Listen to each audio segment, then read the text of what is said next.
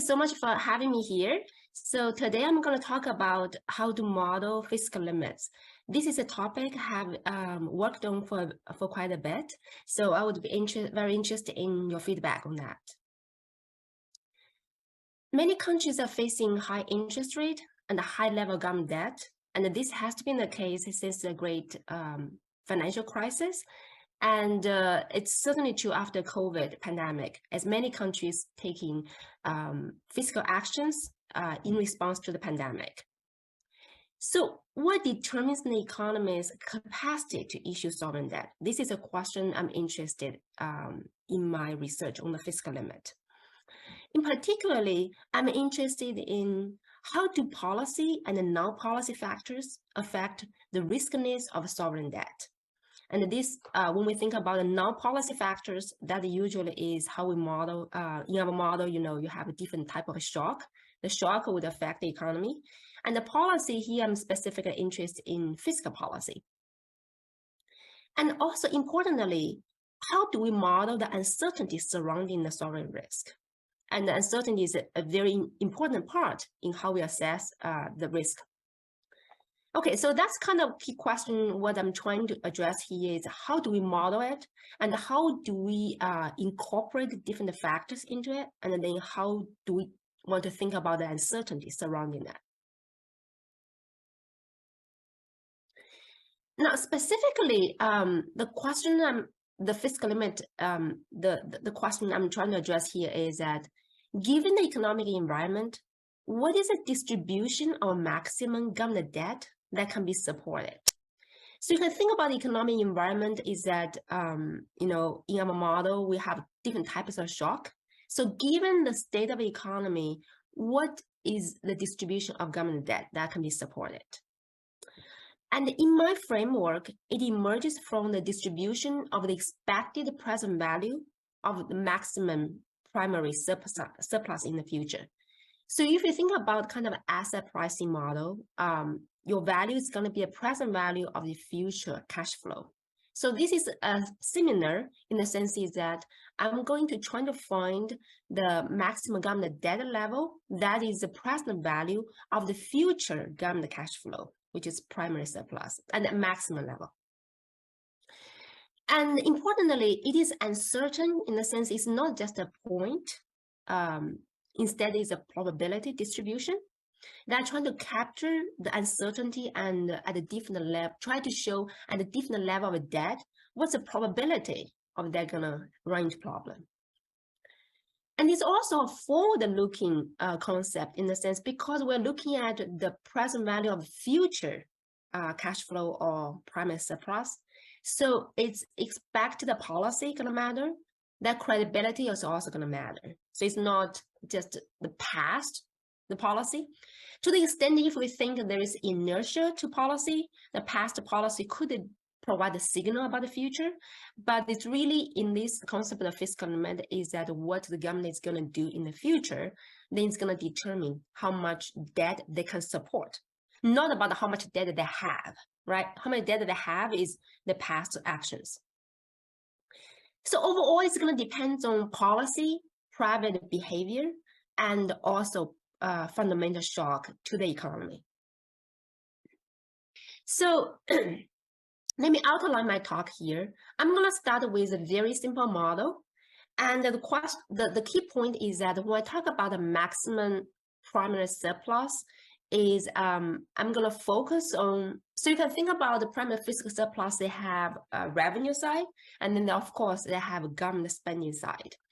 So in my work so far, the government spending side are largely taken as given. I'm going to model it, to match the data.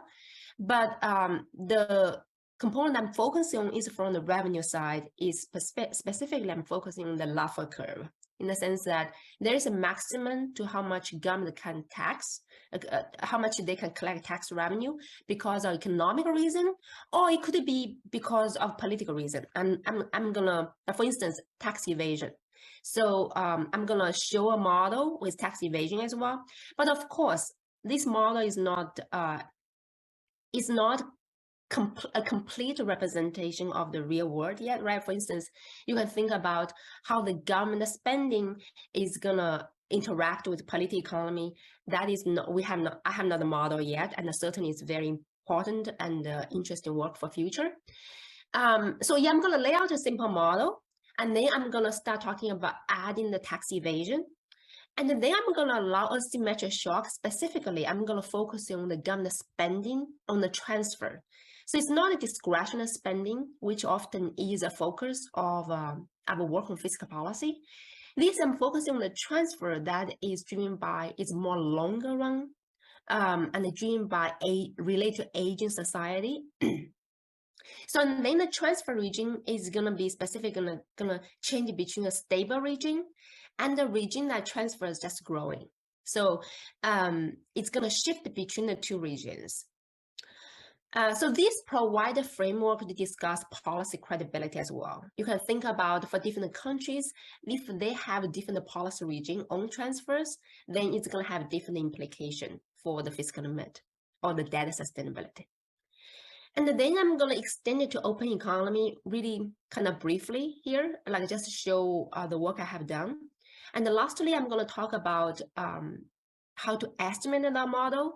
So my work, I have been solving the full nonlinear model using particle filter, but there are new methods we can use that could be simplified approach. But that's kind of outline here. It's really just, I'm going to go through the things I have worked on, I have thought about, but this is not a complete list. And you can think as I'm going to go through the model, there are many different ways you can make the model more richer and more realistic. Okay, so let me start with a simple model. So it's going to be a closed economy, and it's a real model. I don't have capital in the model. And the firm facing a linear production function. So they use labor, there is productivity, exogenous productivity, and then the firm produces. The government collects labor tax and then issue bond to finance their spending and lump sum transfers. On the household side, they work, they pay tax, they consume, and then they're also holding government bond. It's a closed economy, but then I'm going to open it to a small economy later. Okay, so for household face optimization problem here. It's choose consumptions and the labor NT, and they pay a tax on the labor income, tau T here. They receive a transfer from government, which is ZT, and then they hold government bond. The delta T here shows that for the bond they purchased in the previous period, there is some, if a delta T is not 0, then there is a haircut on it. In the sense, the government can default on the debt. And the QT is government bond price. So in my model, the government spending and the transfer household receives and the productivity are exogenous. So that's kind of a shock or the state of economy I would call in my model. So very straightforward. I have the two first order conditions here. I'm going to show you here because it's a link to my fiscal limit concept. So the government bond depends on whether there is haircut next period or not. If you think the haircut, the probability of getting a haircut increases, the bond price will decline. And there is a premium from the market to capture that. And then household labor decisions depends on the productivity and also tax. So the last equation here is important, is linked to the Laffer curve in the sense, given the state of the economy, which is government spending, transfer and productivity, there is a maximum level of tax revenue government can collect. So I'm going to first just keep a transfer fixed, and then I'm going to make it to a regime switching process later. All right, the government budget, government collect labor tax revenue, and then they issue government bond to finance the government spending GT and transfer ZT, and also to pay off their bond. This is a one period bond in this model. And you can think about that. There's a way to extend to long-term bond as well. Now, the model implied fiscal limit is the sum of discounted maximum primary surplus in all future period. It's conditional, so it's state dependent. What it says is that it depends on the state today, the AT, GT, and the ZT. So if a current state is different, if you are in a recession versus in expansion, that your conditional distribution is going to be different. And it's a discounted sum of future maximum. So the T-max here is a maximum tax revenue you can collect given the state at that time. And given the state today, AT and GT, that AT plus J, so in like a J period later, is gonna be, could be different because if it's a persistent process, that could matter. So the T-max is a maximum tax revenue at the peak lava curve, and then you minus how much government has to spend with government spending GT and the ZT, the transfer.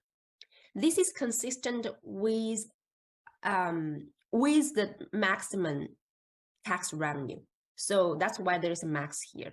So given a state, exogenous state, given the maximum tax revenue that the government is imposed on the household, then that's reflected the discount rate here. So here I'm going to use MCMC simulation to compute the distribution. Now, before I move to my distribution, so let me say, show you the lava curve. You know, clearly a higher tax rate reduce household labor supply. That's why there is nonlinearity. So the tax rate goes up, the revenue would go up until to a point, the tax rate is so high, people start to work so much less, then the revenue actually start to decline. So that's a very, basically the very simple concept here. And I'm showing you here is that for different level of productivity, the tax revenue, the maximum tax revenue would be different. Now, it does not affect so much in this specific calibration, it does not affect so much on the maximum tax rate. So it's really because the level, the productivity level, then the revenue, maximum tax revenue you can collect is different. So you can think about in this, the state dependent distribution here, because it depends on the AT. And if the AT is a persistent process, then depends on today's state, my fiscal limit could be different. Now, let me add a tax evasion to that. So the tax evasion, I think, is a realistic realistically capture a lot of emerging market in the sense that the tax revenue, even though I'm showing the tax rate that goes up, and it's possible the peak of lava curve reaches much earlier because people may go to the informal sector. So here is a kind of a simple way I'm trying to capture that. The NMT is a market sector. So NUT is underground sector. So the household can decide how much they want to work in the market sector and how much work on the underground sector. So here is a really simple model. I'm assuming they have the same wage, but you can imagine if you model two sector model, and then maybe the productivity is different in the two sectors, and then if you have data, then you can do a more richer calibration. But here I'm just trying to illustrate the point here. So for the for people in the market sector, you pay the tax tauti. Now, if you work in the underground sector, then depends on whether you will be being caught by RIS or not. So if not being caught, then you do not pay any tax, and that has a probability of P. But then there is probability you're being caught with probability of P, and then you will have to pay a penalty, which is S. So if you're being caught, not only you have to pay tax, you have to pay higher tax on that. Clearly, the calibration of P or S, it's gonna could match the data, right? For different countries, those calibration could be different. But this is basically have a two sector. And then there is a two first order condition related to the labor supply, right? In the market sector, still the same. You work, depends on your wage you're gonna get, depends on the tax rate you have to pay. Now, if you go to underground economy, it depends on the probability of being caught and how much penalty you have to pay. Now, here is a simulation. I'm showing the dotted black line shows a case with tax evasion that shift down the lava curve. And so the way you can interpret this is like a more elastic labor supply, right? So it's kind of micro-funded way to think about the labor supply. In the previous, I'm going to show you in a minute, in the previous baseline setup, to get a fiscal limit that is fairly realistic to the data, the labor supply has to be kind of elastic, in the sense is that if the labor supply does not respond to the tax rate much, then you tend to have a very high fiscal limit. Now, tax evasion is one wedge. It's gonna shift it down the lava curve and make the labor supply more elastic, right? So it shows like when the tax increases, some people just go to the underground economy, the tax revenue goes down. So that's basically the dotted black line here. Now, not only the tax revenue declines, but the maximum tax rate is also declined, like shift to the left. So then I'm going to add the region switching transfers. So this is kind of my motivation slides here. This is a transfer over GDP ratio across 9 advanced or OECD countries. And you can see that it really varies across countries. You know, for Greece, you know, you had the transfer over GDP ratio really had growing. And then for some countries like Ireland, there was growing, and then they stabilize during the 90s as they take all those fiscal consolidations, similar as Belgium. Right, so what I'm trying to model, I'm going to use a region switching model process to capture that, is that I'm going to allow my transfer to grow for some period of time, and then with some probability, you could switch to a stable or a stationary process to capture that without modeling the underlying political economy. So now back to the conditional distribution again. Now, not only, so as I said, you know, previously I focused on the maximum tax revenue, which is from the revenue side. Now I'm going to add one component, which is ZT, is going to be a region switching. So if it's in the region 1, which is like stationary good region, then it's AR1 process. Now, if it's in region 2, then the ZT can grow because mu Z is larger than 1. So it can grow for some period of time. And then I'm going to have a transition matrix here that shows that the transfer can switch between 2 regions with some probability. Okay, now I'm going to move on to the distribution. Basically, I have all the components. So I have a baseline model, and then I added the tax evasion and added region switching transfers. So the red dashed line here showing is my baseline, and there's underlying calibration, right? So of course, if the calibration is different, then the distribution is going to look different. But here, what I'm going to try to illustrate is how different the component are going to shift my fiscal limit, right? So in this baseline calibration here, the data can reaching above 200% when the default probability reaching 50%, right? It's kind of have the fat tail, you know, it's like initially it's going to increase more gradually, right? And then when the data it's getting past a certain point, then it can increase very rapidly. And this kind of asymmetric distribution is because I have the region switching transfers, right? So if I have all the shock is normal distribution, then my fiscal limit distribution is going to be normal as well. So the transfer increases kind of fat tail on the left end. And then the blue line shows the low productivity today, and the black shows a high productivity. This is a very extreme case, so I'm just trying to highlight the difference here. This is like over 10% lower than your baseline. So this is showing that even though my steady state maybe is the same, my economy, but the fact the AT today, my technology or my productivity today is different, is I'm gonna facing a different fiscal limit. The reason is that the maximum tax revenue depends on the productivity, depends on the tax revenue, crucially. And if my 8 is persistent, it does not even need to be like super persistent, right? Then today, if I'm in a bigger recession, I'm gonna have a much lower fiscal limit. So the policy implication here is you can think about, for a country which has gotten a debt at a certain level, even the debt level has not changed, but if my economic condition has changed, my fiscal limit is going to shift. And all of a sudden, the debt that used to be safe now becomes risky. So this is kind of a conditional distribution brings into the discussion here.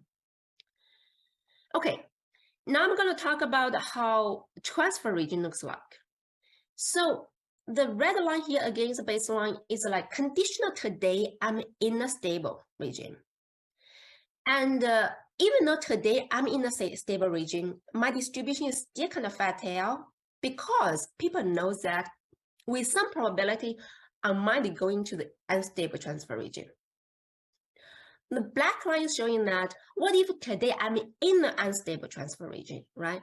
And then all of a sudden, the distribution is look quite a bit different, right? It's a shift to the left because today you are in the unstable transfer and the people knows that your transfers is going to grow for a certain period of time. And as you just saw, for the data in a lot of countries, it's quite persistent in the sense that you can think about this in inertia. Once you are in that regime, if you, for instance, like pension, take a pension as an example, right? So if a country that has, for instance, in the 80s in Europe, they had pension expansion in order to address the business cycle issues like a recession. But then it was very difficult for them to phase out. For Belgium, right? Even they were successfully phased out some of the pension programs, it takes them for a long time. So this is the calibration trying to capture that, is that if you are in the unstable transfer region, even though people know that at some point of time in the future, you may shift back to the stable region, but they expect you to stay there for a while, and that can significantly change your distribution here. Make a debt level that would be safe, all of a sudden is not safe, right? Okay, now I'm going to talk about the tax evasion. So in my baseline, I have tax evasion, right? And then if in the same calibration, if there is no tax evasion, you can see here that the fiscal limit is very different. So what in my calibration, what I had is that the P is with 20% probability, they may be caught. And then if they're caught, then they may have to pay 30% penalty. So that's my calibration. I was not trying to match to any data. This is just trying to illustrate. So this is a point to show that. So let me go back to my here, right? Is that even though when I add the tax evasion, it is shift down the revenue, does not seem to be drastic different in the tax revenue. It's significant, right? But it's not drastic. It can have massive impact on the fiscal limit.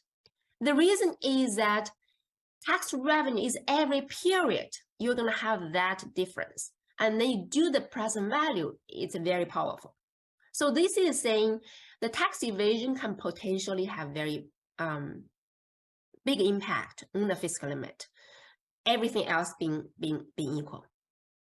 Now I wanted to say is that now again, I'm trying to compare to a baseline to a high elasticity labor supply, but no evasion, right? So these two looks fairly close. So what I'm trying to highlight here is that the blue line in the top right panel and the black line in the in the bottom here is trying to highlight that maybe you can think about a high labor elasticity is kind of a shortcut of tax evasion, right? But tax evasion is kind of more micro-friendly way to say, okay, now if I take my calibration serious, if I calibrate my labor supply, seriously, you can introduce the two sector and still have a policy or policy institution factors that's going to have a major impact on your fiscal limit. Okay, so let me summarize here, right? It's a lot going on here, but the key point is that first, fiscal limit is a distribution, is not a point. Second, it's conditional, so that we cannot think the same level of government debt means something very different in different economic situations, because the fiscal limit can be different. And then it's also forward looking concept, as I'm showing here for different transfer region, right? The future, people's expectation about what's going to happen in your future policy can matters. And then tax evasion matters a great deal in the fiscal limit. Okay. So so that's I was alluded to this, is that this is a framework we can also use to think about the fiscal reforms, right? For instance, if we think about the sovereign crisis, the way I'm thinking about it is like it probably have some slow moving fiscal policy that you think about, like due to political constraint, the fiscal policy could be inertial, right? There's slow moving things. And then it could be triggered by unfavorable economic or fiscal news. So it's like you have a bomb there, and then when the shock hits, it's, goes off, right? So my fiscal limit framework can try to capture that, in the sense is that it's the near term, the conditional perspective of your economic shock, it's going to matter, but your longer run, the policy institutional factors like tax evasion or your transfer is going to be fundamentally very important. So that's kind of framework trying to capture that. And you can also think about is that the fiscal reform or fiscal credibility is going to matter. That depends on people's perception about how your region going to switch from stationary to non-stationary region, or vice versa. That's going to have impact on your fiscal limit. Even though today you may be in a stationary region, but if people believe you are going to go into non-stationary region, then it's going to matter for a fiscal limit. Now, let me talk briefly about the open economy. So what if we add exchange rate to the framework here? And if the exchange rate is exogenous, then it's just one more state to the economy, right? You have the exchange rate as a state economy, a state in the conditional distribution. But we can use a two sectors small open economy to try to model endogenous exchange rate. So that's what I'm going to show you briefly here. So I have a paper that look into that. And here I have two sectors, a tradable sector and the non-tradable sectors. And so the in this model, I have capital as well.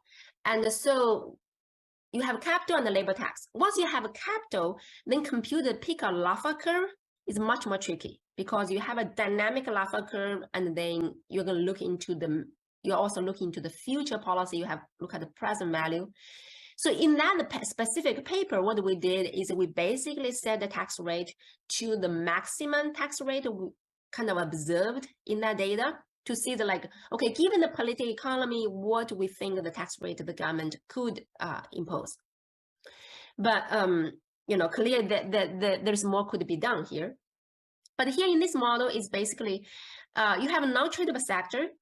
Non-tradable sectors on the left-hand side here, they use capital, labor, and there's productivity state as well to produce the non-tradable goods, and they have a non-tradable price. And then those production, the output is going to be used by investment, consumption, and government spending. And the investment is going to be used by, could be used both by non-tradable sector or tradable sector by the export.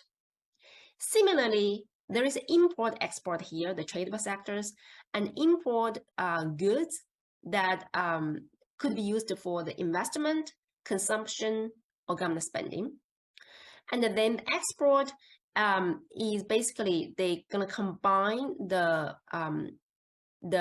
two types of investment from the import and the non-tradable, and then use the labor as well and produce, and then has a export. So this is kind of two sector models that we looked into, and then to kind of model the exchange rate. And it does not really, in that paper, we have a terms of trade shock. So, you know, it's quantitative. I'm not having the result here, but that is really kind of framework we laid out to, when you have endogenous exchange rate, you can still model this fiscal limit. You just bring in more richer dynamics into it. And also, I guess another question is that because now if you're open economy, your discount factor is different, right? It's not depends on the domestic household, the marginal utility of consumption. It's going to depend on the foreign investors, how much that discount. And this, it can open to a lot of rich policy questions here. For instance, how does the Fed monetary policy actions, right? That's gonna affect the discount factor here for international investors, and therefore you can see how there is a global cycle to it, to the extent in advanced economies policy cycle can affect the emerging market fiscal limit. But in my paper, I did not discuss that, but potentially the framework could be used for that as well. Okay, so that is a modeling side. I'm reusing a different kind of model I have explored with to show how different factors going to matter for the fiscal limit. Now I'm going to talk a little bit about the empirical estimation here. So the challenge of estimation is that you can see that the nonlinearity matters a great deal in this type of model, right? The nonlinearity is very essential. You cannot linearize it. So that poses challenges in estimation, because in linear model with normally distributed shocks, we can compute the exact conditional likelihood for each parameter draw. So you can have a parameter draw, you can compute the likelihood given the data, and then it's very fast. You can estimate a very rich model with short period of time. With nonlinear model, it's much more challenging.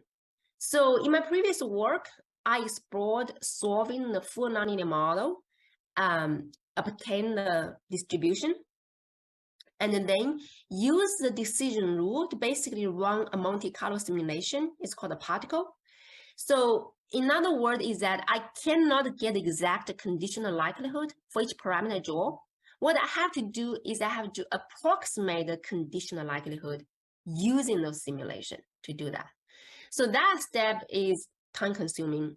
And I'm going to show you exactly what I do. So specifically, we use the sequential Monte Carlo approximation of the likelihood. So that you start with an initial state of the economy, x0, which could be like productivity, transfer state, government spending.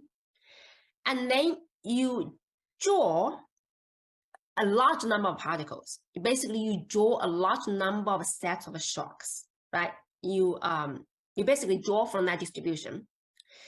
And then you construct many paths. So here, for instance, 60,000 particles. It means that I'm going to have 60,000 paths, or 60,000 of time series path, right? For instance, if my data, I have like 20-year data, Then I'm going to simulate 60,000 path with 20 years.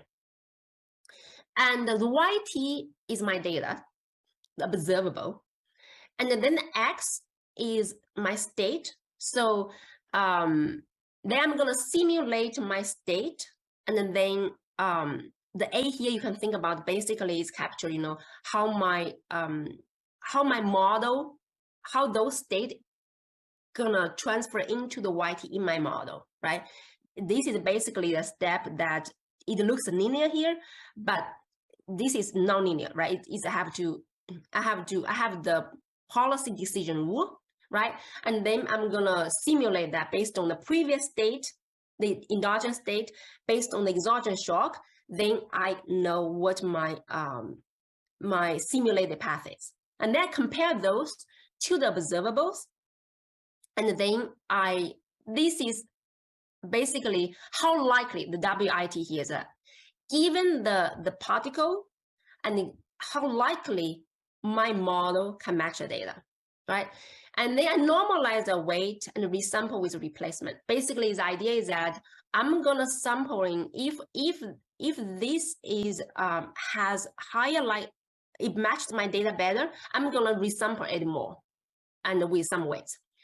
And then finally, I'm gonna do use this approximation, across time and across my particles, and I get a likelihood. And this step here is basically the most time-consuming step, is because in the linear model, you know exactly what your likelihood is, conditional likelihood is, right? And here I have to simulate to get that likelihood. So then the complete complete approach here is that initially I'm gonna draw 500 prior draws to select the state that give me the highest posterior log likelihood. That's my starting point. This step is you don't need it in the linear model, but in the nonlinear model, you have to start with some not a random guess of the prior draw. And then you can generate a new draw based on this proposal here, is that you have a certain covariance matrix that depends on the prior draws, and then you basically gonna, based on your previous parameter draw, because the whole point is trying to estimate the parameter, right? So you have a parameter draw, and then you can update it. And the step 3 and 2 and 3 is what I was just talking about, is that now you have the parameter draw, then you solve the nonlinear model. And usually the nonlinear model, just solving the nonlinear model, that step could be time consuming. So in my paper, I used a simple model. It's a closed economy. I don't have the capital, right? But I use parallel computing. I can solve it within seconds, the nonlinear model.